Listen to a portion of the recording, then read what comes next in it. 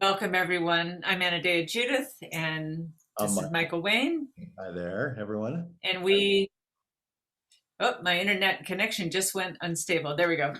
And we have put together this series, Voices for the Future, and top of our Visioneering the Future that we did last year, and interviewing different people who have something to say about how we get to the future, how do we look at the future, and what better to have than a noted futurist, Kristin Nauth, who is a senior futurist and qualitative analyst who's been working in strategic foresight and change management for more than 20 years.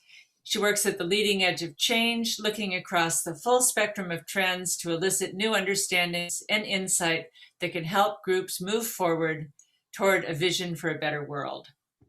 And you consult in many corporate institutions. Your clients have included PepsiCo, Intel, the Rockefeller Foundation, Hershey Company, Cadbury, Schweppes, Kellogg, and Univision, among many others. So welcome, Kristin. I'm so excited to be talking to you. I actually wanted to lead this whole series off with you as a futurist, but you were in the middle of moving. So tell us, what does it mean to be a futurist? What is that? I didn't know it was a thing. It is totally a thing. And, I want to start by saying, Anadea and Michael, it's just such a pleasure to be with you guys, and that you guys are both totally futurists in your own right. Anadea, I'll never forget, like when I first read The Global Heart Awakens, I just was amazed by your prescience, things that are crystal clear now, but were not clear at all at the time you wrote the book. So I don't know how you do it. I really need to talk to you about your methods. Thank you. I think intuition is probably a big part of it. And Michael, I'm much newer to your work, but you're clearly a visionary, and I've signed on to your Revolutionaries Alliance, and I'm just so pleased to be with you both. So thank you. Kristin. Great to be here. An honor. Yeah. And Michael's movie is definitely how we get to a positive future. Right on. Yeah. That's what I'm all about too. Yeah. Great. But as a professional futurist, what is that? Yeah, so it is a thing. You can actually get a degree in it in multiple places around the world. Let me talk about what futures is and isn't. Here in the US, the universities where the most futurist work is going on are the University of Hawaii and the University of Houston. And Houston has something I particularly wanted to mention. They've got a certificate course in foresight studies where you just show up for like 5 days. And of course, now there's a Zoom version. And it's affordable, and they've run tens of thousands of people through this program. And it's just about, kind of infusing your work, whatever kind of work you do, with a broader, deeper, more forward-looking perspective. And people just find it incredibly powerful in, whatever kind of work they do. It's a real thing. It started, H.G. Wells is credited with inventing the concept, and then it kind of went through some iterations. It's kind of tracked the culture over the years. Initially in the 30s and 40s and 50s, it was like national governments did it. To be honest, it was partly the Nazis who drove it forward. They had a master plan for how to, take over Europe, and all the other countries didn't have master plans, and they realized they needed them. So it became a big national government thing. And then in the 60s, it got much more aspirational. There was a group at Stanford Research Institute in Rand where they were seeking to avoid nuclear war. And so they wanted to make foresight a discipline And so from there, it moved into academia, and now it is very much an academic discipline. That's where a lot of the innovation is going on. And then in the 70s, it was very visionary. There were a lot of futurist consultancies were starting to pop up, and there was a lot of visioning going on. And then in the 80s and 90s, like the rest of the world, it went a lot more corporate, and now it is primarily a corporate consulting thing. But there's a lot of really cool work going on around the edges, just really deep, meaningful, beautiful social change work as well. So it's become a very multifaceted field. There's a lot of people doing stuff. Tends to attract really interesting, creative people. I love working as a futurist. It's like a great combination of rigor and creativity. Like Oh, you do a ton of research, but then at some point you have to jump off the cliff because there's no data about the future. So you have to just get creative and figure out what's going to happen. So. And I'll say also, it's not about predicting. The way futures is practiced now, it's very much about coming up with like a range of plausible futures, because that's what's going to happen. There is no single future that never happens. You cannot predict the future. And futures is it's a field that really attempts to be very reality based. And the reality is that we can't know what's going to happen. So when you come up with a range of plausible futures, then you can use it in your planning today. It's all about what can I do today, right now, to move toward the future that I want. And so when you have a sense of what the plausible futures are, then you can sort of, work against all of them and say, wow, am I really prepared for that one or that one? And what are the risks of that one? And what are the opportunities of this one? And how can I work that into what we're doing right now? So it's all about being useful. Like right now, how can I just be better prepared? hmm. And I can't imagine more conversation. Go ahead, Michael. Yeah. But so Kristin, I'm so curious about in terms of you personally, like how you came to be in this field. You have a degree in philosophy or English? I forget. Degree in philosophy and English, yeah. Yeah, okay. Yeah, so how did your own trajectory end up? Yeah. Well, I started out as a journalist, and I was a journalist for about 10 years, and I was in Washington, D.C., which was a really super fun place to be a young journalist. There was, everybody wanted to talk to you. And there just happened to be a number of futurist consultancies around DC, and I became aware of them, and I realized that this was sort of a much more glamorous, kind of amped up version of what I was already doing, sort of pulling disparate information from all over and synthesizing it into like new insights that could be really helpful to people. So I decided to move sideways, and it was funny.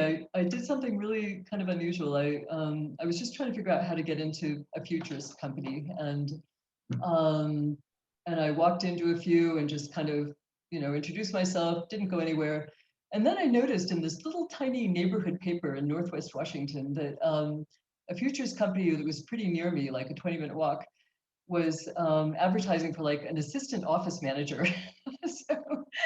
So I applied for it and I got it. And there I was, like, I was probably 10 years older than the office manager who was like managing me. And but I let them know as time went on that I could do writing, I could do analysis, I had these skills, and so they started actually putting me on projects. And one thing led to another, and I just kind of had a facility for it, and they started giving me work. I ended up actually running one of their programs, and then since then I've worked in a couple of other futurist companies. So I just love the work, and I think it's really important. And so I feel blessed that I was able to find a way to make a living at it. Uh-huh. Awesome, that's great. And the first time I ever heard the term futurist was Alvin Toffler, who wrote the book Future Shock. And that was like because it was a huge bestseller, and Toffler's name came out, and so I don't know if he put it on the map. Yeah, good question. So he was in this kind of ferment of the late 60s, early 70s. So there were a lot of futurists kind of being born at that time. So Bucky Fuller was out there, Alvin Toffler, Rachel Carson was a futurist, and Silent Spring was actually incredibly influential on the futurist field. And then I think it was 72 when Limits to Growth came out, and that just kind of blew the thing wide open, and everyone became aware of futures and how it worked. And Yeah, and then as I said, it kind of got absorbed, co-opted, one might say, by the corporate field for a long time. But it's become kind of going back to a more visionary, idealistic form now. Uh, um, It seems to me that in the world right now, when we really should be considering our future and we're looking at the trajectory of climate change and things that have a strong future implication, that we're in a culture that is very much living in the now and not very adolescent, in my estimation, living in the now, not thinking about the future. What do you say about that? What do you do with that? Yeah. So not everybody is going to want to be a futurist, but the more of us that want to think that way, I think the more good we can do the world. It's about building your capacities to be able to see the whole picture. There are three things that distinguish for futures work, and it's called futures work, by the way, because it's always futures, the plural. So there are three things that distinguish it. One is it looks farther out. This is not about, it's not market research. It's not about what stocks should I buy next week. The typical futurist, minimal futurist timeline is like 10 years, the horizon that you're looking out to. 10 to like 30 years is typical. And you might reasonably ask, like, how on earth could it benefit me to have a sense of what might happen in 20 years? Well, it's incredibly important because what you do now is going to affect your future. And if you have a sense of what the future is going to look like, you can just be so much more informed, so much more effective, so much more aware of like how things are going to go. And another thing is when you identify forecasts for that time horizon of 10, 20 years, you can look at things that are going on now and see, oh, wow, we're tending toward that future, or we're tending toward that future. And so you can adjust your planning. And so, there's that classic line, how do you make God laugh? Tell her your plans. So plans don't work. Planning totally works. And planning means you start with a plan, but you're fluid and adaptive, and you're aware of the total environment. So you constantly shifting your plan to adjust to get more, get to where you want to go. The other two things about futures that are different from any other discipline I know are it looks farther out, it looks more deeply, and it looks more broadly.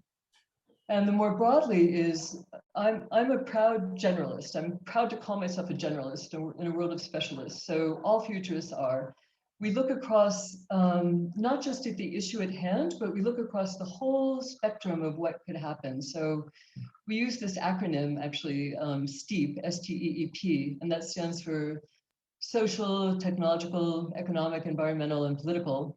And until you've looked at trends in all those domains, you are not done knowing how your issue could be impacted. I'm trying to think of a good example of how people didn't do that. Anyway, I'll come back to that. And then the third thing is it looks much more deeply. And that's both objectively, like it looks deeply, it tries to identify like the forces of change that are underlying the trends that we see today. We try to go deeper. Like what are the really big subterranean things that are driving the future?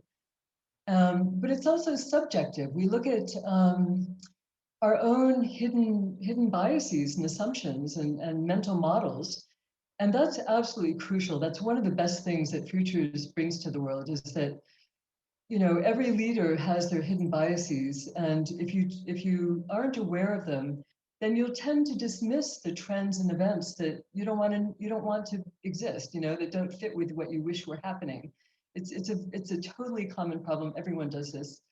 So like when we're working with clients, one thing we do is help them identify their hidden assumptions. And sometimes that has to be done rather delicately. There are many processes for helping people do that. Spiral dynamics, the Enneagram, Myers-Briggs, all of those can help too. But also the futurists themselves have to be very aware of their own inner biases. So like I'm very biased toward progressive values, for example, and I need to be aware of that when I'm moving in the world where there's QAnon and there's people who see things just incredibly differently than I do, and I need to just really try to empathize with all those points of view and see where they might have merit and where they really don't have merit, and just draw from all of it and understand that these are also forces in the world that are going to affect my future no matter what I do. So it's important to just really have open mind. Otto Scharmer calls it open mind, open heart, open will. You just have to be really open and just available for whatever truths want to come through. Yeah. And Kristin, why does a client contact you to work with you? Yeah, great question. And your clients could be corporate or non-corporate. Also, yeah, my company has moved much more into working with large nonprofits, and it's very gratifying work, actually. You know, we love helping them. They people come to us a lot because there's so much change is accelerating so much in the world today. You know, there's so much change. Everything is so complex, so chaotic. Everything is moving so fast. You know, futures is just a really powerful way to kind of get to the center of all that and be at peace with it, and figure out where your future needs to be. And because futures is about looking at the whole picture. And so only when you do that can you really be super effective at getting where you need to go. So I guess word gets around that there is this discipline out there that can be just really incredibly helpful. Yeah.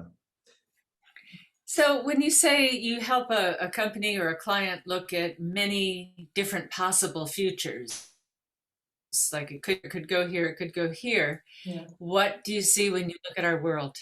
What do you see? I mean, Yeah. let's take some of these areas that you have in. Yeah, well, Anadea, What do you logically? What do you see economically? Let's unpack. unpack some things. Maybe. Okay, so Anadea, I have to say, I think you have it right. I mean, I've never heard anyone describe the current moment better than you do. So I really turn to you for articulating what I see. So, you know, I think that I'll paraphrase you a bit. I mean that we're going to the heart. What's that? That we're going to the heart, or a heart-based operating system. I think that at the deepest level, what seems to be happening is that we're in an evolutionary birthing process, and I've heard you say that too. This is actually how evolution works. Stephen Jay Gould talked about this. He was famous for identifying that evolution is not a trajectory. It tends to kind of go flat for a while and then have these little punctuations, he called them, where suddenly things go zoop up to a new level. And so that's what's happening now. And what makes things go to a new level is that there's a ton of stress. And so you go along, it's just kind of status quo for a long time. Then suddenly the paradigms no longer fit the reality. The reality is changing and the paradigms no longer work. And so everything gets stressed. The systems are no longer meeting the needs they're supposed to meet. And so when that stress gets intense enough, then evolution happens and you go zoop, up to a new paradigm, and hopefully up, usually up. So I really hope that's what's happening now. I will say that to me, it just seems super clear that, you know, that there's something that wants to be born through us, through humans. And the spiritual circles I've been moving in for the last 10 years, a lot of people sense this, that there's something that wants to come through, and we don't know what, you know, but we know that one thing that seems clear is that it can't come through individuals. It has to be a collective coming through. And so there's this a new technology people talk about called we space, which I'm sure you guys are aware of. There's a lot of we space methodologies. Patricia Albert is one person who's worked with us a lot. But we space is a place where everyone in a group gets together and you all kind of open up at the same time, and you kind of awaken into the moment, into the present moment collectively. And then amazing things can happen. I know a spiritual teacher, Jeff Carrera, who talked about a we space experience he had. He was sitting in a circle with men, it happened to be. It was a men's circle, and everyone kind of got into the space together. They had a practice to get them into the space. And he said it was incredible, like when it required like every man in the room to be in the space. And so they were kind of waiting on the last guy or something. And the last guy finally joined the we space. And he said it was like this electric current started circulating amongst them. And people started talking in ways that their daily mundane personality would never talk and would never say. Things were coming through them. And he said he also had a sense that whoever in the room was talking, it was him talking. So it was like this collective consciousness coming through, and something was wanting to be born through them. And I just personally hold that we need a lot more of those little experiments. We need a lot of portals where sort of the future that wants to be born can come through. Because, honestly, when you look at our world right now, it's pretty damn daunting. I mean, from a just linear, materialist perspective, it's kind of hard to see that we're going to move forward into a positive future. So I think that really crucially, we all need to kind of improve our capacities to become those openings for something entirely new to be born that we could not have come up with in our, our mundane personalities. That's something that's entirely new that wants to be born. That's how a lot of us feel. I think Eckhart Tolle has even spoken to this, and other, maybe Adyashanti too, that they talk about, yeah, we just need to open up now to something that's coming through. So I know that may sound like pretty mystical to a lot of people on the call, but for a lot of us, it's been a real palpable experience. When you have felt it, you know that this is something that can really happen. So, yeah. Well, I think you're talking about emergence, right? That something emerges, Talking about and we don't actually create the future as much as allow it and make, but we don't create it. It comes through us. It is being born through us, and it's an emergent process. Completely agree, Anadea. I would also say that I think that what comes through is probably partly dependent on the vehicles that it comes through. I feel that it's important for us to improve our own capacities for, big thinking, for generative innovation, generative dialogue. I think that kind of the more aware and sophisticated we are, like the bigger the message that can come through. Like I heard someone say recently that Buddha's enlightenment is not the same as our enlightenment. Like the Buddha was able to awaken to what was available in the sphere of his day. 2,000 years later, it's an incredibly, infinitely more complex world. Reality is just so much more complex. There's so much more available. We can awaken at a much bigger level than the Buddha was able to, in a way. So I think it does matter who we are, actually. It's not just that we're blank slates and it comes through. It matters that we do the work to be available at the highest level we can.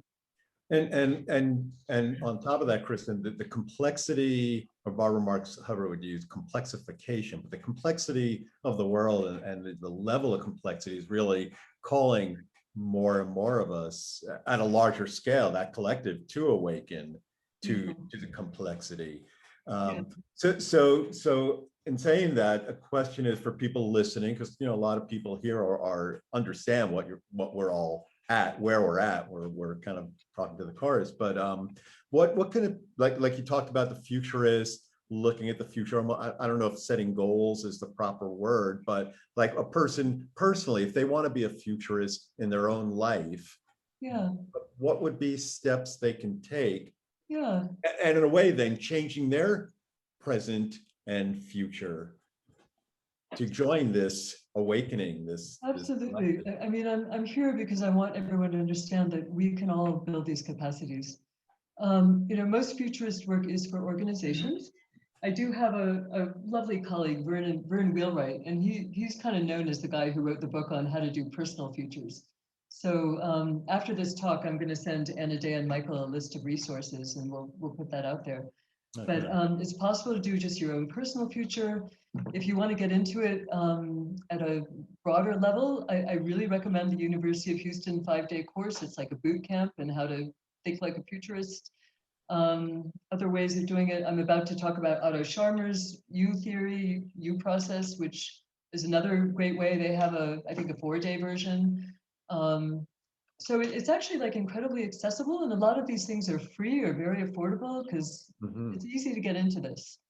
And I just really, it just is such a powerful set of tools that I think anyone could benefit from it, and groups can benefit from it, and large corporations can benefit. Everyone can. So yeah, it's rather easy to get into, really. I was never trained as a futurist. I learned on the job, although my colleagues have master's degrees, some of them, but I don't. So you don't have to get the education. But even a master's degree in what would they have? Oh, it's called Foresight, or it's called Strategic Foresight or Future Studies. Yeah.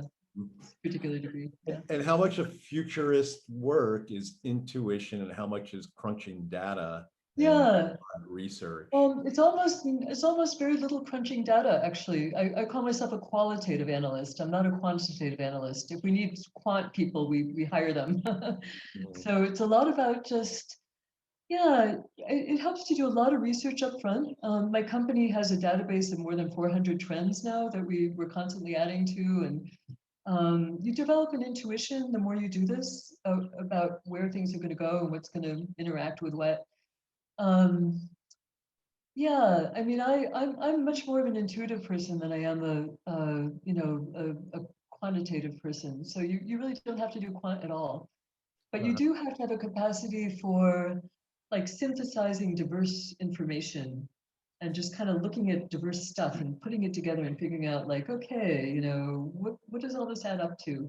There are a lot of tools for doing that, like most futurist projects start with a lot of research and you end up with a trends database of like maybe 80 or 150 trends. And then you work with them in different ways. And in my company, one thing we do is we'll cluster the trends. So you cluster the similar trends and then you go, oh, wow, there's a hot zone of change going on there. Here's a bunch of trends that are all sort of in the same zone and they're all kind of interacting. And so that becomes like that's a change driver. That hot zone is a thing that's going to really drive the future.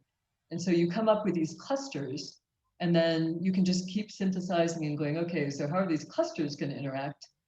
I'll give you a little example. I'll just talk about the future of anti-racism. I just wrote a report on it. You might think that anti-racism is like largely a social and political thing. Well, no, it's way much more, everything affects it. Technology affects it, like in multiple ways, like people of color, specifically Blacks and Hispanics, are much more likely to be in jobs that are going to be automated out of existence in the next 10 years. So that's going to play into anti-racism. Economically, the level of economic inequality we have in the US, that's a huge anti-racism factor. So all these things come to bear, and the more you understand it, the more you see, as you're going through this, you're looking for the risks and the opportunities. What are the risks that I need to be aware of to like figure out how to mitigate or protect against? What are the opportunities? And the opportunities are really where it's at. That's the cool thing about futures work. You see opportunities that you would not have seen any other way, and they just become crystal clear. It's just like, whoa, pop out of the woodwork, and you find new ways forward. That are creative and effective. Yeah, and that's what I was asking, like, how can people apply that to their own life? You said about taking the course, and then that's what they would do. They would see new pathways for themselves, whether individually or collectively. I can't deny there is a learning curve. You got to do some reading. You might want to take one of these short courses. There's a body of knowledge, a body of sort of tools that are helpful, but they're pretty easy to learn. I think anyone can.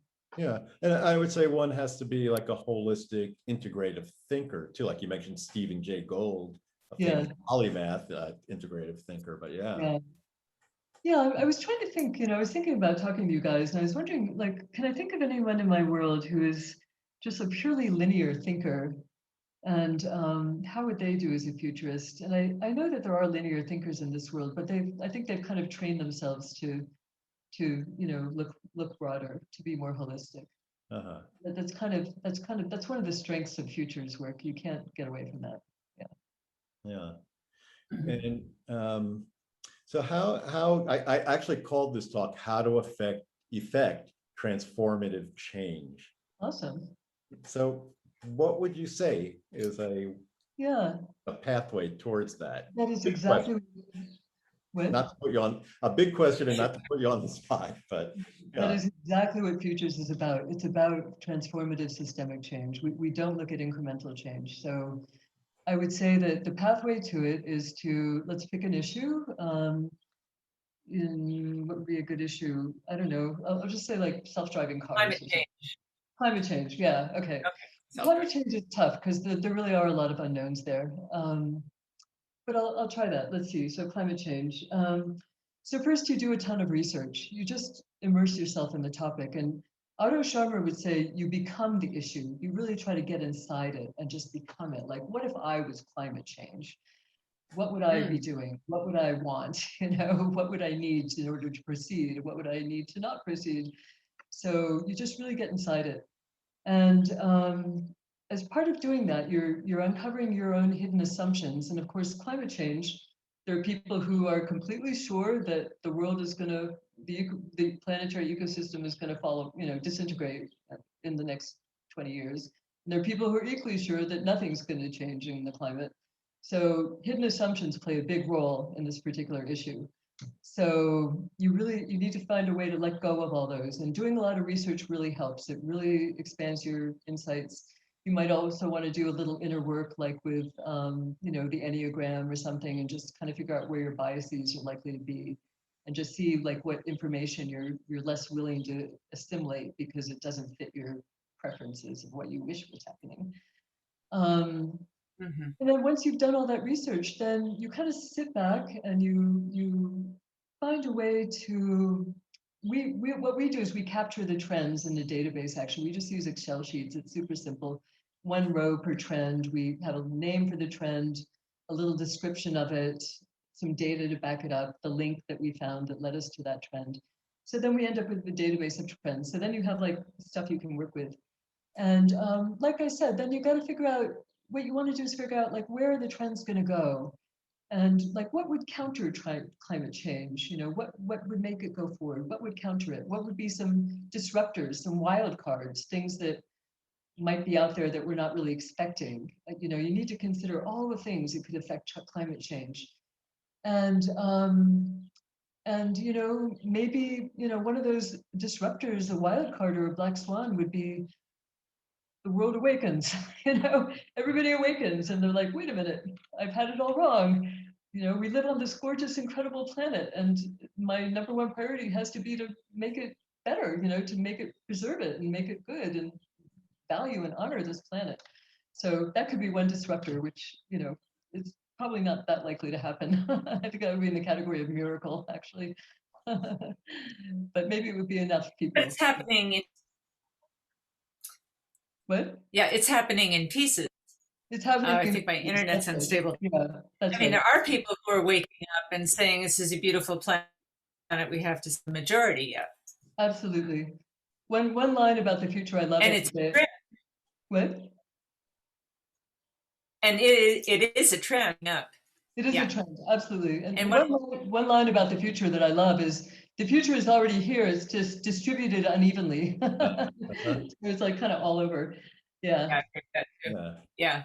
And speaking of that, this change, what Anadea was touching on, another famous futurist who wrote a book, but I'm actually going to talk about his ex-wife, but John Naisbitt, who wrote Megatrends. His ex-wife, Patricia, wrote Megatrends, I think 2010, in the early 2000s.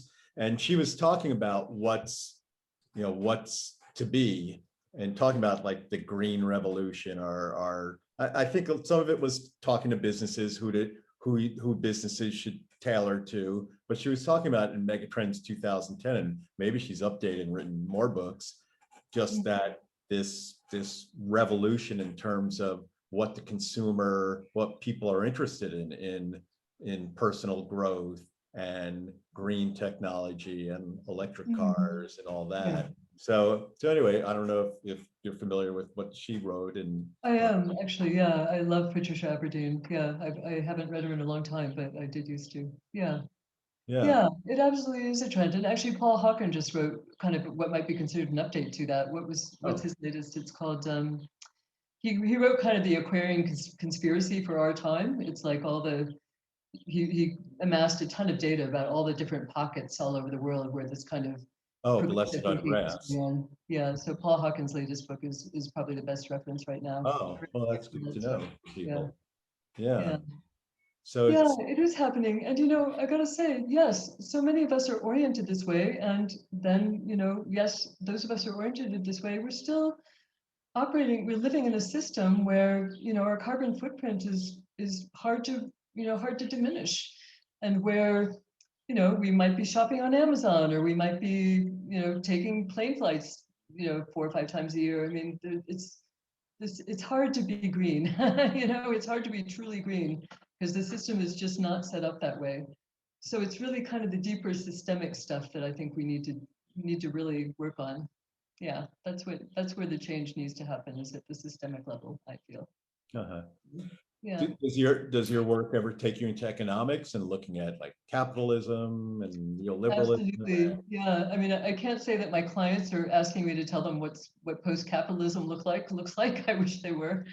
Well, you're talking about your Fortune 500 clients. They're not really. Yeah. Yeah. Well, not the nonprofits either, really. They have to keep their organizations going. So yeah, I mean, I guess I personally feel that we have to go post-capitalism. We can't. I don't see how capitalism can be reformed in a way that is sustainable, honestly. I think we have to figure out new economic models. Mhm. And Anadea has a cool one called Generocracy, which I love. Uh-huh. But we definitely need a lot more thinking around that. Yeah, that's kind of the root of the system, isn't it, Michael? The economic basis of it all. Yeah. And one problem among many with capitalism, it's a scarcity-based model, which I get mine and I take it from you, and especially with this the intense levels of wealth inequality where the upper strata are extracting out of the pockets of everybody else. Yeah. So generocracy or abundance or whatever term is the model we're looking to go towards, or a Star Trek economy, whatever. Star Trek economy. That sounds cool. Yeah, that would be. Charles Eisenstein, his book on climate change, says that society can imagine the end of humanity easier than they can imagine the end of capitalism. We're so embedded in it. It's really true. That's almost eerie. Well, I'd love to know what some of the trends are in some of these, the social, the technological, the economic, and political. That may be too much to cover, but can you maybe name one major trend that you see in each of these areas? Oh, wow. I have to admit, I was not really prepared to do that. I'd have to, yeah, I think that, let me think for a minute. I would love to have gone through our database and like just plucked out 5 really silly trends, but I didn't. So I'm sorry. Maybe let's let's take politics, for example. Here we have the two-party system. Is that going to continue indefinitely, or is there going to be some, all this attack on democracy? Is there some new form of democracy going to emerge from that? Yeah. Well, I think honestly, it's quite likely that the U.S. is going to get more unstable before it gets more stable, and I think Biden is kind of mitigating that downward slide. But I think that we really are. If you have a party that is just not interested in what's good for the common good, and they're really just interested in their narrow agenda, and they're skewing everything to get that narrow agenda, and it's not about the common good anymore. It's hard to see how we get through that. I place a lot of hope in the next generations. I think that, as millennials and Gen Z come into power, come into positions of influence, they're going to have a completely different worldview. So I think, in the next 10, 20 years, that's going to happen, but it's going to be gradual. And I think that, and I've heard you say this too, Anadea, that like on the way to rebirth, there's going to be a lot of dissolution, sad to say, and I don't know exactly how it's going to look. I certainly, I am on the side, I want to be on the side of making this potentially very harsh transition, as easeful and beneficial as possible. That's my goal in life. So I feel that I was kind of born for this moment, as a lot of us do, I think, because we want to try to help the planet and humans through this. But it does seem inevitable that there's going to be some really difficult stuff in our future. Yeah, sorry to say. And like you say, some difficult stuff, unexpected opportunities that will also come from that. Yeah, unexpected opportunities. Yeah, the pandemic brought us difficulties and gave birth to all this Zoom connection internationally. Who saw that coming, What a perfect example of hidden opportunities. The pandemic also kind of forced us all to do exactly what we need to be doing about climate change. It forced us all to kind of, shrink our lives to the local level and, stop doing all these high octane, high carbon, activities that we were all doing before. So, and it also compelled us all to kind of look inward. Like there are many people now, millions of Americans now who are saying, I don't want to go back to work.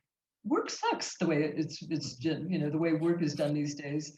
How can I, many people are actually changing their livelihoods right now. I think that's going to be a big trend in the next two to 5 years. So, yeah. Yeah, So yeah, and I agree with you, Kristin, about this wobbly trajectory we're on, and also the hope of the future, like the Gen Z, millennials, and also the great awakening that's happening. More and more people realizing this, and it plays out in people recreating their work environments and all that. And so I see it as like there's this great, large swell of people, whether politically, spiritually, emotionally, whatever way awakening, or all three. And yet there's a faction of kind of like the dinosaurs who are holding on. It's kind of like the empire strikes back, but they're a smaller and smaller number. It's almost like, the tyranny of the minority, which the framers of the Constitution tried to protect, the people from. And holding on, representing the money interests, and nowadays it's kind of like narrowed down to the Republican Party, but sooner or later it would seem like, just like water finds a way, always finds a way, that this groundswell will find its way past this. Whether we have to recreate, reinvent the future, or as Anadea was wondering about two political parties, but we have to, our hope is to evolve and adapt, and evolve. I think one thing we really learned during the Trump administration, Michael, is just how much our Constitution kind of had many hidden assumptions of kind of good faith. And if the political operatives are not acting in good faith, a lot of the things, the norms can very quickly evaporate. Yeah. Mm-hmm. Yeah, and what we're seeing now, like the Republican Party with their voter suppression laws all throughout the country, and gerrymander, all these ways as a way for them to hold power. But because they know it's the only way they can. Because they are the minority. Yeah. I completely agree with you. There will always be a force for stasis. There's always kind of two forces. There's kind of the dynamic force and the stasis force.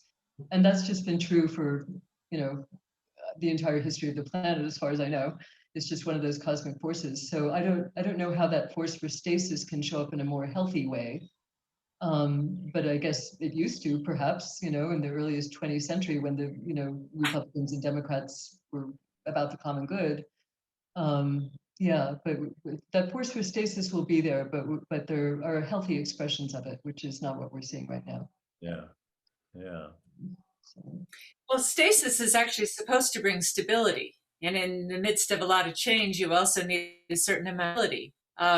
That's where I go into the dynamic and static, masculine and feminine in my book, that we're going through these different stages. So we have to honor the stasis, but when the stasis holds on too tight, we can't go through the dynamic change that is the nature of reality. Beautifully expressed. And when there's a lot of change, people want to harken back to the stasis. No, I want it to stay the same. I want to be right here. Don't threaten me with too much change. Yeah, so people are often afraid of change in the future. How do you deal with that? And they don't even think about it. Dave Ellis, I think, people spend more time planning their summer vacation than they do the rest of their lives. Yeah, absolutely. And to think, but you get people to think more future oriented. And I know you have some slides you want to show us too. We do have slides. I will show you those. I'll answer your question briefly, though, which is, of course, there's always a ton of resistance. And it can be hard to open your mind to these huge forces of change that we're just not used to thinking about. So one thing people often ask us to do is help them create a culture of foresight. And when you have a culture of foresight, then it's just like everything you do is within that understanding and awareness of just like, how does this affect the future?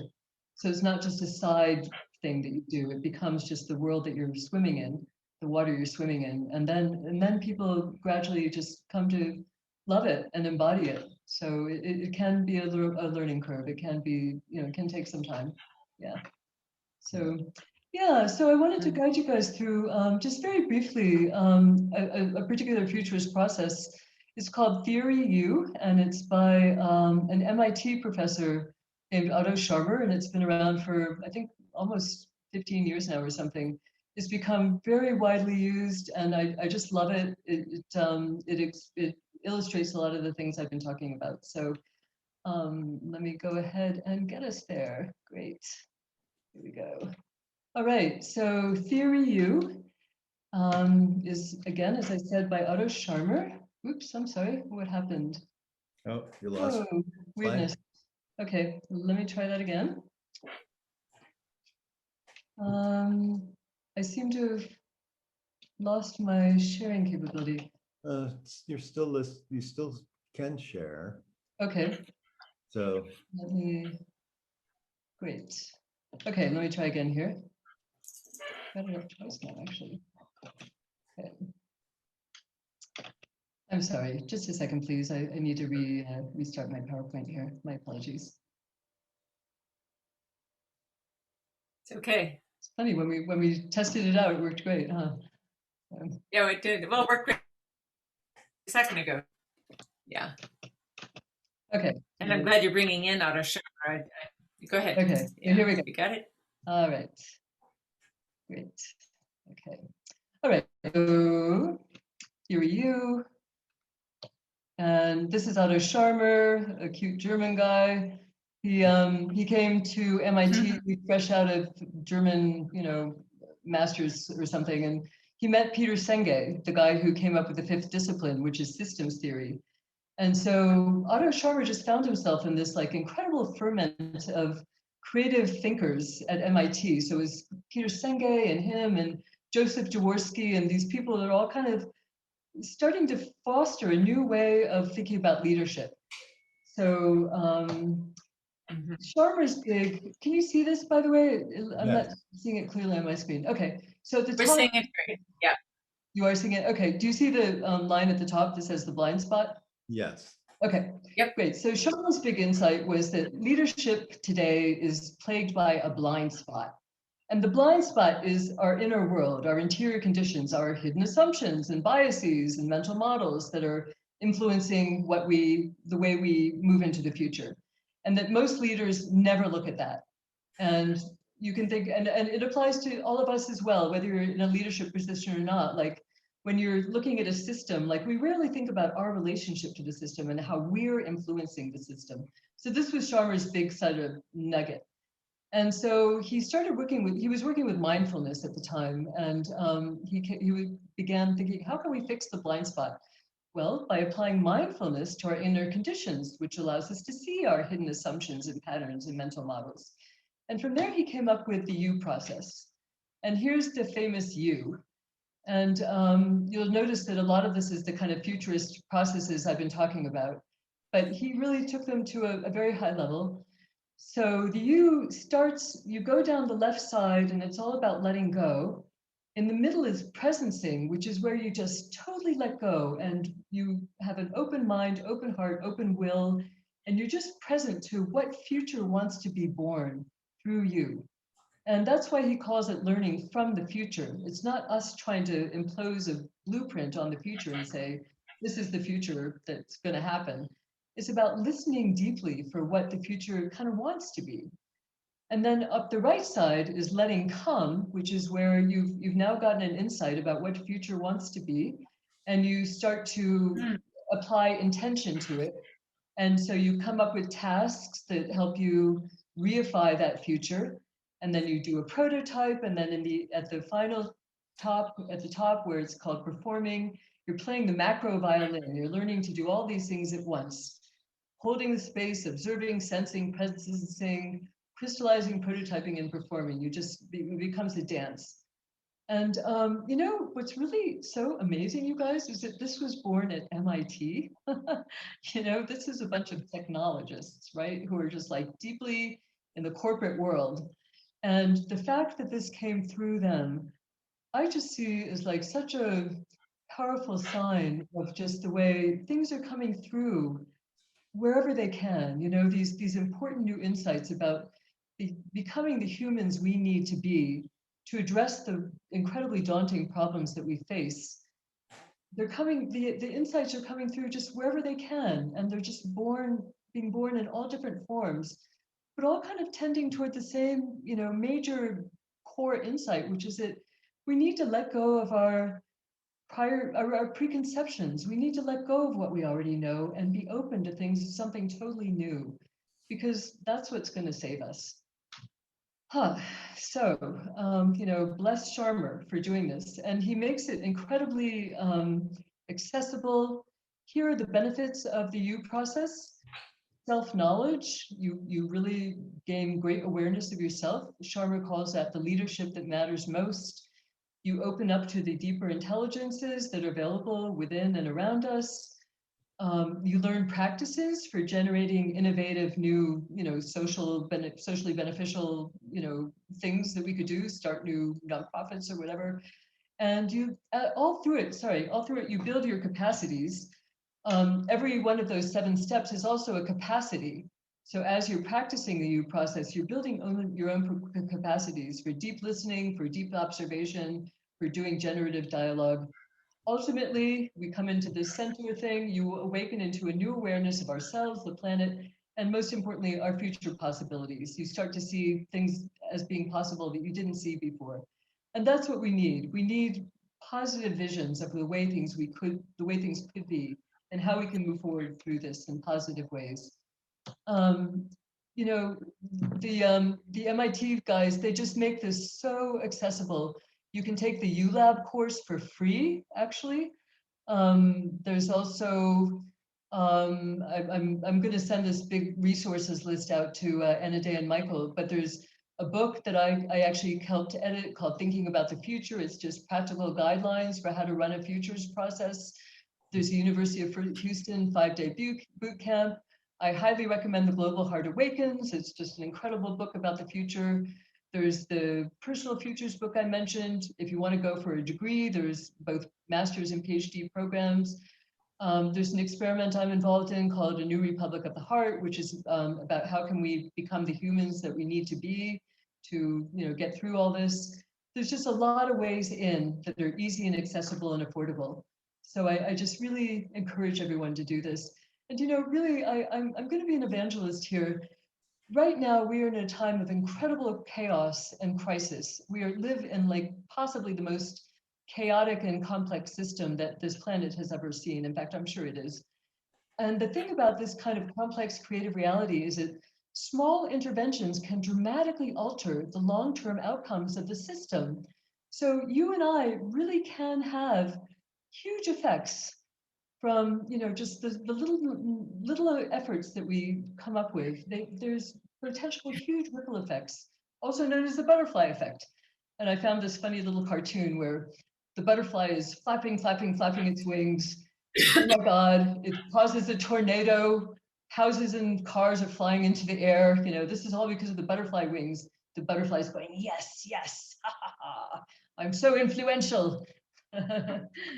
So we all can be the butterfly to lead us toward the better world that our hearts know is possible. So thank you for listening, and I'm going to stop sharing now. And that's my little evangelism for how we can all just really make a difference. And it's about building our capacities and connecting with other people who want to do the same kinds of things we do. And we can totally do this. We really can. Yeah, that's beautiful, Kristin. And it's great that what you were just talking about and showing the slides and the beautiful world our hearts know is possible. And earlier, you didn't pretend you didn't keep your head in the sand and pretend everything's good. You talked about a possibility of societal collapse, but showing a path forward to not go that way. So if I may say one more thing about that, Michael, thank you. I'm an around the system activist. Terry Patten talks about three kinds of activism. So there's in the system activism, which is kind of incremental change. You're trying to reform the government, or whatever the system is. Then there's against the system activism, which is when you're doing civil disobedience, and trying to take down the system or change the system from the outside and just bring awareness to how wrong aspects of the system are. then there's around the system activism, and that's where I am. And that's because I'm a big Bucky Fuller fan. And Bucky Fuller had a beautiful line. He said, you can never change reality. In fact, I have it on my business card. You never change things by fighting the existing reality. To change something, build a new model that makes the existing model obsolete. So I don't know if you can see that, but that's the Bucky quote. Yeah. And that's what I'm trying to evangelize people to do more of, is like build new models, build positive models, and those will gain critical mass, and eventually we'll reach a tipping point, and the old system just won't be important anymore. You know, it will just erode and fall away under its own weight, because it just won't meet people's needs anymore. And so we really need to work on that positive side of building the new world. We have to build the new world as quickly as we can, because boy, the old one is disintegrating rapidly. Mhm. Yeah.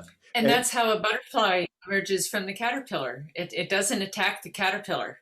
It just, the imaginal cells connect with each other and they build something new. And then finally the caterpillar actually supports the new. You know, it becomes a nutritious soup for the wings of the butterfly. So it's the same way that we metamorphosize. And right now, I think more than just changing, we are transforming. That's the thing about the changes right now. It's not just an incremental change.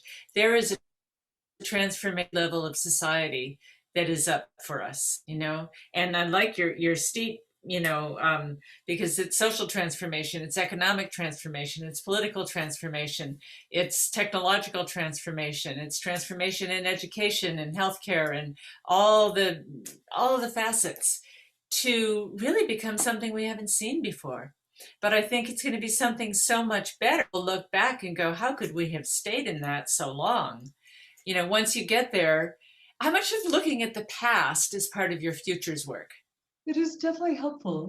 One of my colleagues is actually a Renaissance historian. And we kind of poke fun at him about it, but it is actually really helpful to know the past. The more you understand the past, you know, history actually does repeat itself. And so the more, it really informs your ability to look forward. Yeah. I'm a little weak in that department, I'll admit. But I have colleagues who are really good at it. Yeah. Are you ready to take some from the listeners? Yes, let's do it. Yeah. Yeah, we've had a bunch all come here while we've been talking.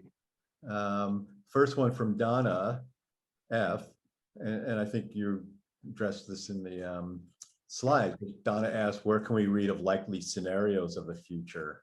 Well, the books are, but anyway, I'll let you address that. You know, Dwayne Elgin is a great source. He's got a beautiful set of scenarios for the future. So I recommend him, and then I would just recommend doing a lot of people are doing this right now. I would just recommend doing a Google search, and you might use keywords like you know, scenarios for the future, and say 2020 or 2021, so you make sure they're really up to date.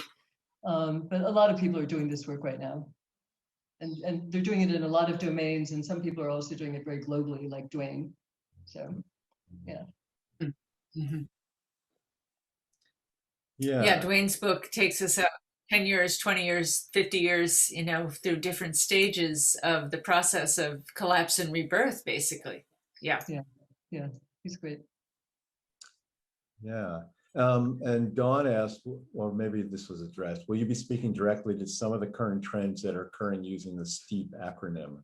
That was a question. Yeah, I'm sorry, I'm just not really prepared to do that right now. There are just so many trends. I mean, I have like 400 in my head, so I would have really need to go through and figure out like, okay, which ones are the most important. Okay, let me try a few. So clearly, you know, women taking more agency is obviously huge. And I think it's ultimately going to turn out to be not so much about women coming into the existing system and becoming, you know, senators and representatives and stuff. I think it's going to be about women innovating new systems. I think that's where women's most important influence is probably going to be, actually. Another one is anti-racism. You know, I actually grew up in Washington, D.C., and my parents sent me to public schools. And I really incredibly value the education I got there at all levels. And even though, you know, my sister and I dated African-American guys, and I was, you know, I was often in the minority as a white girl in the you know, parties I went to and stuff, Black Lives Matter was still a wake up for me. I was really not aware of how much trauma there was in the Black community. Like my friends had just never really talked about that to me. So I think just the big thing that's happening right now is that all these things are coming to light that used to be hidden. So Me Too, Black Lives Matter, just all these things are, and Trump is actually an example of that too. He's kind of a symptom of the part of the system that's been more hidden, the truly, pathological part of it.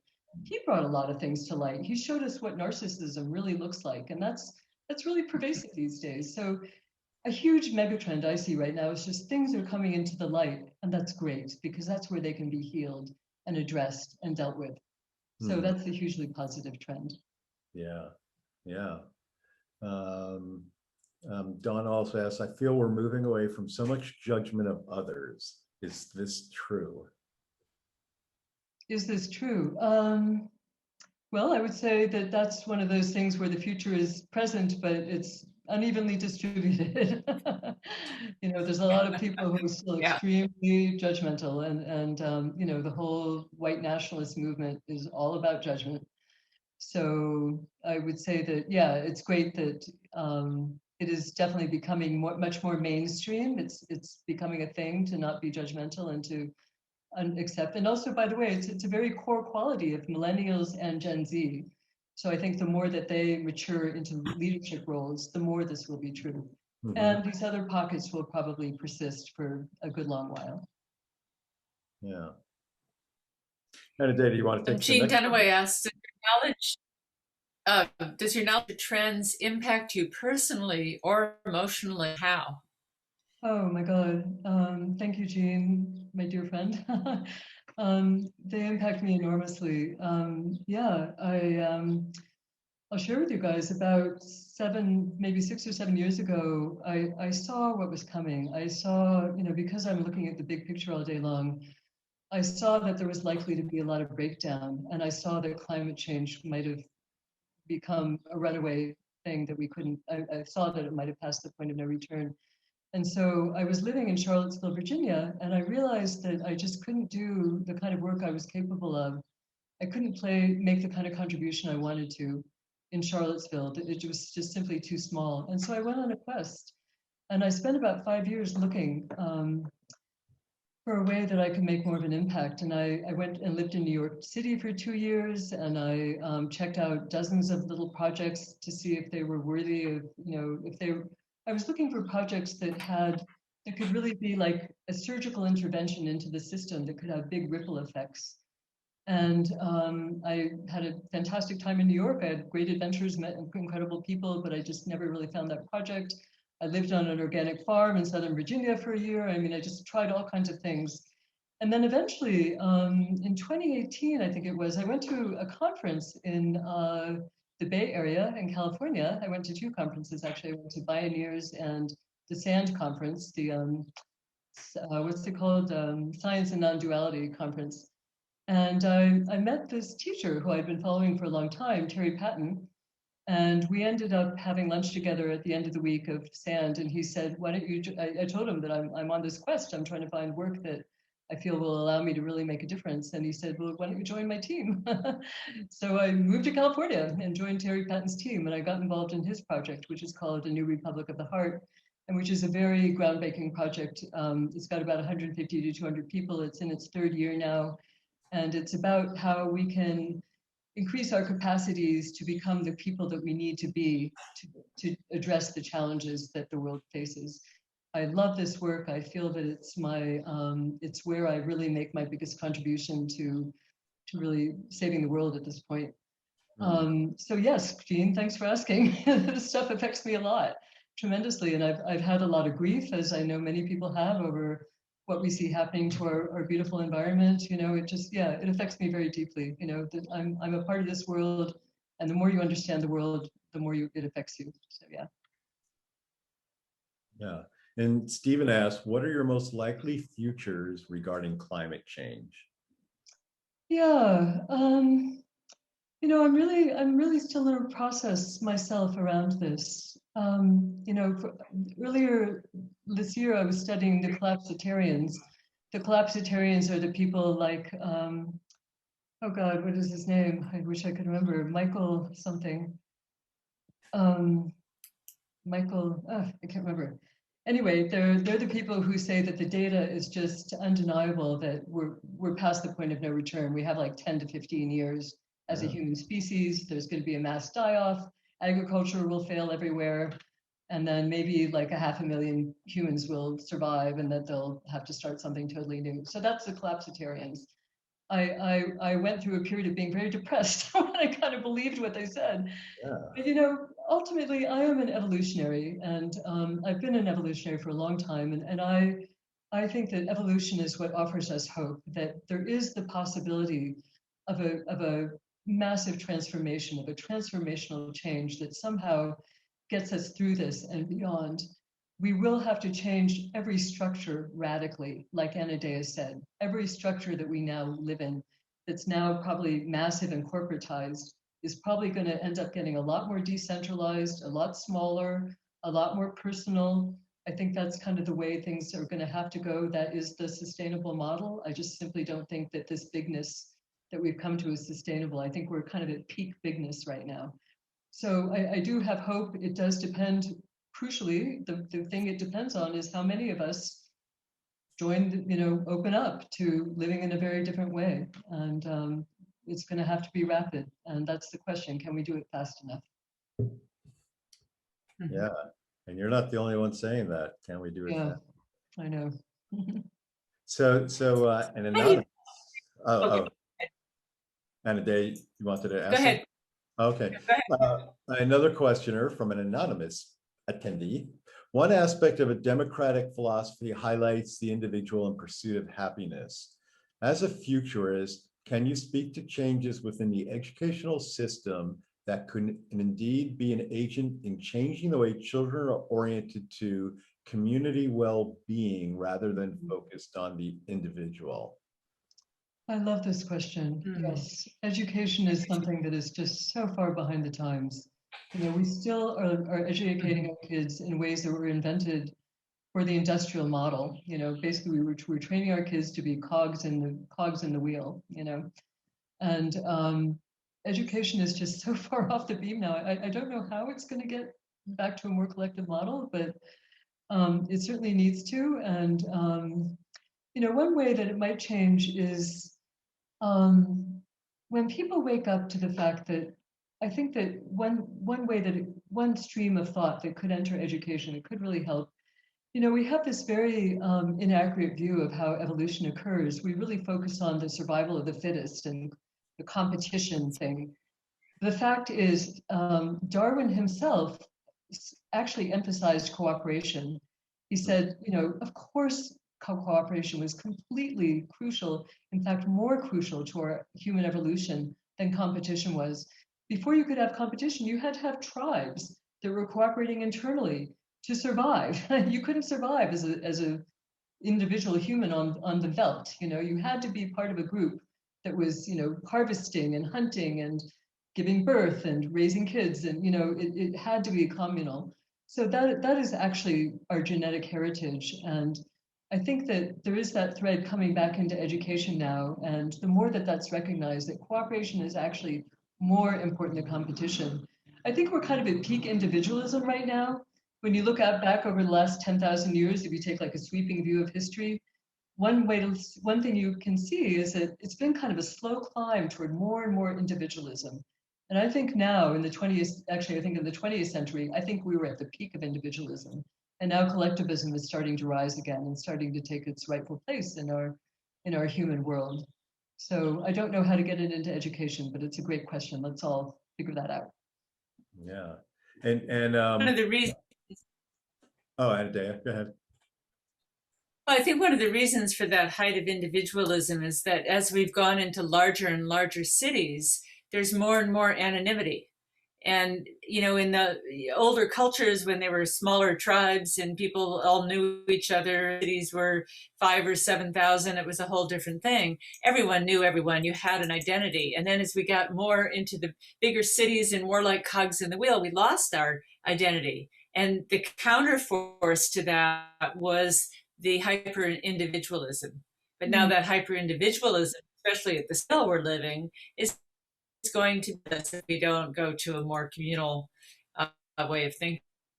Yeah, I totally agree. By the way, I'm not against cities. I mean, cities could just as equally be infrastructures for Yeah, holding collective beings. I mean, absolutely. what if an apartment building was Yeah. just a community of people who chose each other and just all wanted to live together in the same apartment building, you know?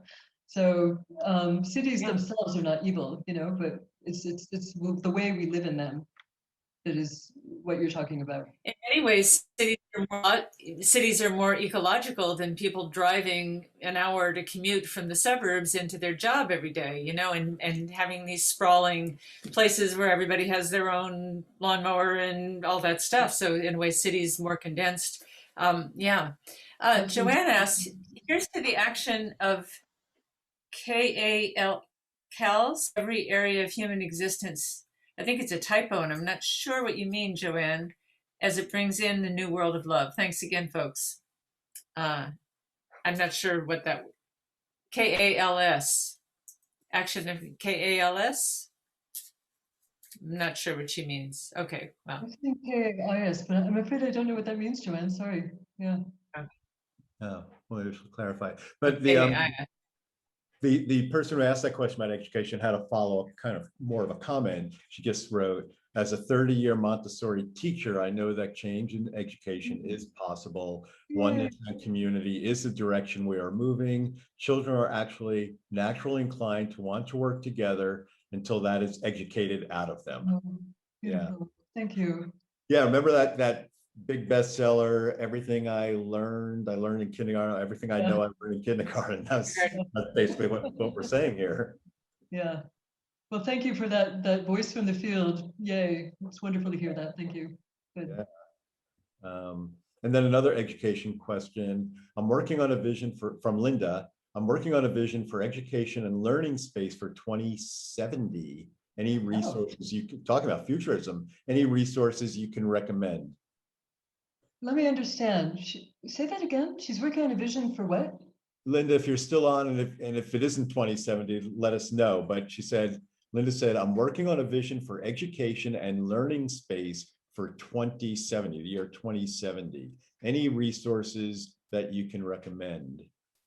Yeah, you know, I'm not an educator, but I will say I've been profoundly influenced by the work of George Leonard. I don't know if you've, he has a beautiful book. It's a classic. It was written in the early 70s. I think it's called Education in Ecstasy. And I've always kind of held that as like my optimal model for education, which is you just kind of create the environment and then put the kids in it. And then the kids kind of follow their own bliss, you know, and you just are there to support them in it, as opposed to, you know, stuffing stuff into their heads that may or may not matter to them. It's more about letting them take their own learning journey. Yeah, I've read George Leonard's Education in Ecstasy. Beautiful, book. beautiful book. Yeah. Oh, yeah. Then Anita asked, what trends do you see for the future of work, workers, workplaces? Yeah, so futurists talk about three horizons. There's the near term, the middle term, and the long term. Right now, I think we're just entering kind of a middle term of work where we're leaving what was the near term thing for a long time, which was this, you know, very clear model of everyone, the 9-to-5 work week, going into offices, you know, hierarchical structures and all that. The middle term of the future is always very chaotic. A lot of things are tried, and you know, there's a lot of change going on. It can be very unruly. I think we're going to have that for a while in the world of work. One thing, you know, it's becoming clear that the way work is organized, at least in the Western, you know, the advanced countries, advanced economies, is just not working for lots and lots and lots of people. So I think this is another place where the millennials are going to be really influential. I think they're going to reinvent work in ways that perhaps we haven't even thought of yet. So I'm very much looking forward to that. Yeah, maybe they'll help eliminate work. Oh yeah, right on. The wage art is called the wage labor, the slave labor type work. Yeah, slave wage. Yeah. Yeah, yeah. Which is it? You know, the thing you hear a lot right now is, oh, people don't want to work. They're making more on unemployment than if they come take their job. But yeah, people Well, are. maybe there's a deeper level lesson there, people. Maybe they have good reasons to not want to work. Totally agree. Yeah. Yeah. I read a And Twitter create recently social by a woman. pollution. Work I was creates reading social a Twitter pollution with people creates pollution. commuting Yes, and absolutely. it just and creating stuff we don't need to pay the workers. I mean, it's just a whole system that creates an enormous amount of pollution. It's another unsustainable, one of our many unsustainable systems. Yes. Mhm. Yeah. Yeah. Yeah. I was reading a tweet. I was going through a list of tweets recently about from people complaining about how, God, I just don't want to go back to work, And this woman was looking at this row of high heels in her closet and going, I just never want to put on a pair of high heels again. What was I thinking? Anyway. Yeah, David Graeber wrote great book, Bullshit Jobs. I don't know if you've ever read it or Oh no, I'll have to check that out. Thank you. Yeah. It's very scholarly too. So it's not Really? just, yeah. With the word bullshit in the title, you wouldn't expect that. Okay. Yeah. It looks like we got, let's see, a couple more questions. Thanks everyone for. Yeah, thanks for the wonderful questions. These are great. Yeah, and Steve asked, hi Steve, what about the trend towards transhumanism and singularity? Ramos' book, The Seventh Sense, points towards what could happen when machines indeed become smarter than humans. What are the prospects for technology being the servant instead of the master? Yeah. Well, those kinds of futures are mostly dreamed up by technophiles who, that's very technophiliac future, and I don't subscribe to it myself. I find it very dystopian. I personally think that our salvation is going to come from being more human, not less human. However, that probably will occur at some level, but I think it's going to be in pockets. It's not going to be widespread. That's my take on that. If some people want to move to Mars, that's a very small group of people that will probably ultimately do that. I think, I think technophilism has been a strong thread in futures. It's not very effective futures. It leaves out a lot of things. So I'm not really a fan of it, actually. I mean, I look at technology as one of a very important part of what I look at, but it's just one part of what I look at. So. I know that's Ray Kurzweil's Kurzweil, forte and other technologists, but and then you have Elon Musk who says, oh, when the robots take over, they might be walking down the streets murdering people. So he's another one who's not a fan of it. But just like I said, yeah. Yeah. So so that's Benita asked, is the dissolution of established constructs which exhibits chaos and crisis what we as a people need to allow transformation to emerge? And is dissolution an inherent part of the evolutionary process? Wow. Benita, what a fantastic question. Thank you. It's just fantastic. The answer is yes. Dissolution is part of the evolutionary process. Absolutely. There will be die-offs. I don't know what they will look like, but yeah. And do we need to allow it? I would say that it's inevitable. It's going to happen, whether we allow it or not. If we allow it, we'll have more control over it, actually. So if we take a stance of accepting it, that it's going to happen, we can be far more effective in shaping it in ways that don't hurt us as much. So that's a really important question that you brought up.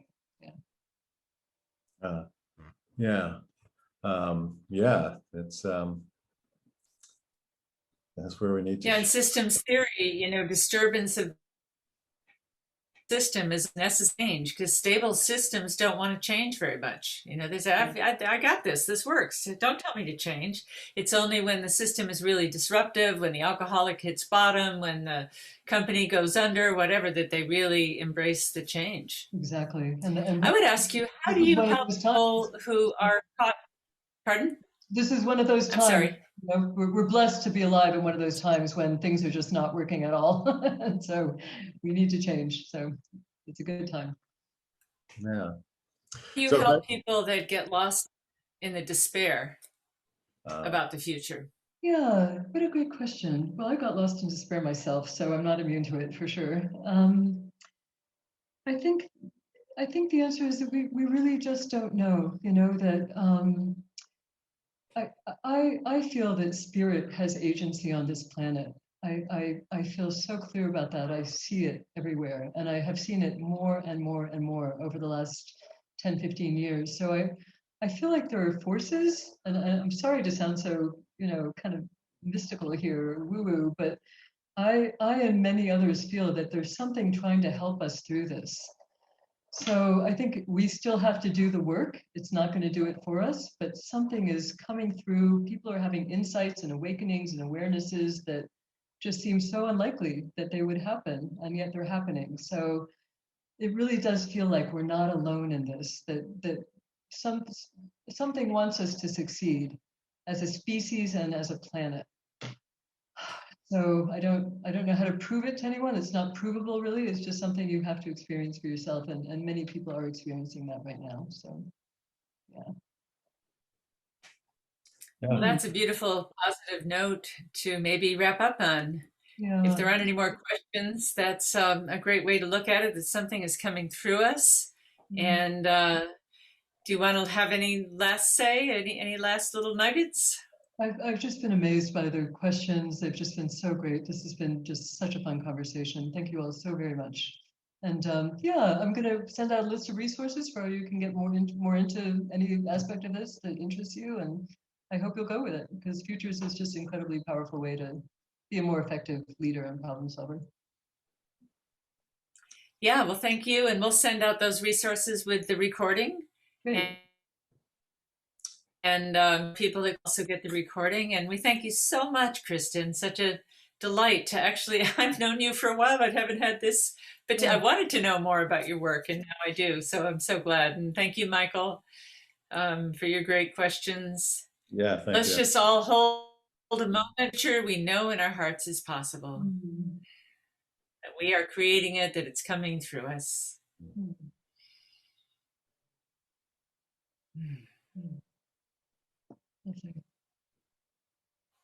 Thank you all. Thank you. Thank you, Kristin. Thank you, Anna Day. It was a brilliant conversation. Very fun. Bye-bye. So, Michael, what's our next interview? Oh, so you mentioned Buckminster Fuller. Our next person conversation is on Tuesday, June 29th, with a man by the name of Michael Ben-Eli, who was a student of Buckminster Fuller and runs an organization called the Sustainability Laboratory. And he's creating new models. Their most famous project is that in Israel, in the Negev desert, working with the local Bedouin tribe, they create a little eco-utopia, transforming a desert into an eco-utopia, a thriving, prosperous, ecological wonder. And so Michael's brilliant, and it'll be a really fascinating conversation. I will totally be there. Thank And you. as I said, he was very much influenced by Buckminster Fuller. By a chance encounter with Buckminster Fuller changed his life. Wow. Can't wait. Yeah. So. Right. Thank you. So we have that to look forward to. That's on June 29th. Yeah. You'll all get notice of it. And thank you for attending. Yeah, great. So, and this is Kristin Nauth. And where can people find you, Kristin? The easiest way is just kristin.nauth@gmail. Just email me there, and you'll get my information when they send out the when Anna Day and Michael send out the recording. Yeah, definitely. Thanks. We'll put that in there. Okay. All right. So Thank you all. Hey. Yeah. Peace out, everyone. To the future. Yeah.